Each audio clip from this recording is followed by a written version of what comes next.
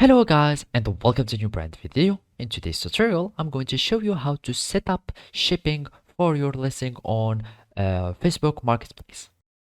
So now the first thing that you will need to do is to open your web browser. Either it was Mozilla Firefox, Microsoft Edge or Google Chrome or any web browser. After that, you will need to go to facebook.com in the URL and click enter.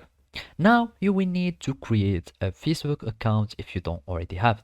To do so, you will need just to click create new account and it will take you to the new account creation. So basically all you need to do is to fill in all this information and then you will click on sign up. After that, you will have your Facebook account that will be created successfully.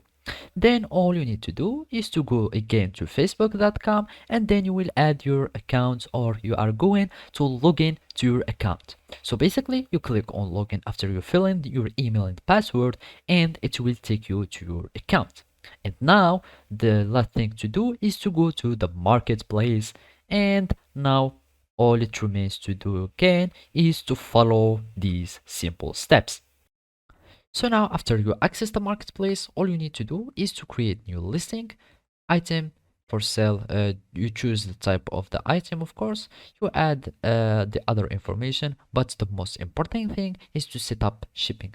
And basically you click on more details, and here in the meta preferences or in this section here, generally at the bottom, you will find the method or the shipping ways or the shipping methods. And basically if there isn't already a shipping method, you will need just to click in a blue button here that will show up that is called setup shipping, because the shipping feature is not available for all the countries. So basically if it is already available in your country, you will find it here in the meta preferences and between the location.